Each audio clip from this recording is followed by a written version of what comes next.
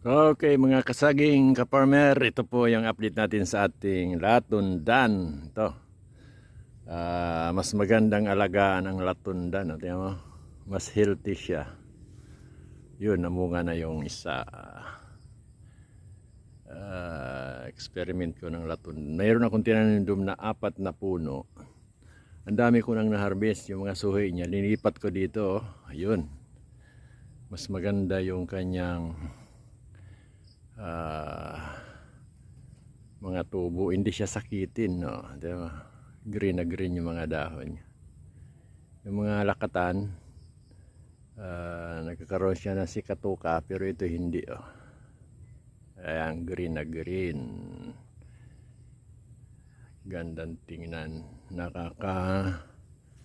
Tapos, maganda nito, hindi masyado siya nagsusuhi. Ayan. Ang lakatan, daming suhi niya, kaya dapat tanggalan mo. Itong latundan, tamang-tama lang yung kuya niya, yung mga suhi niya. Yun. So, yung lakatan, ang suhi niya dyan, sa mga 10 paikot, dapat tanggalin mo talaga. Ito, hindi. O, tingnan mo ito mga kaya, no? Ito yung lakatan niya, oh. Maliliit pa, nagsusuhi na siya. Oh. Yan, suhi niya, oh. 1, 2, 3, 4, 5, 6, 1, 2, 3, 4, 5, 6, 7, 8, 9, 10. 10 ang suhi niyan, maliit pa yan. Samantalang ito, namunga na. 2 pa lang ang suhi. Yun. Mas magandang alagaan ang latundan.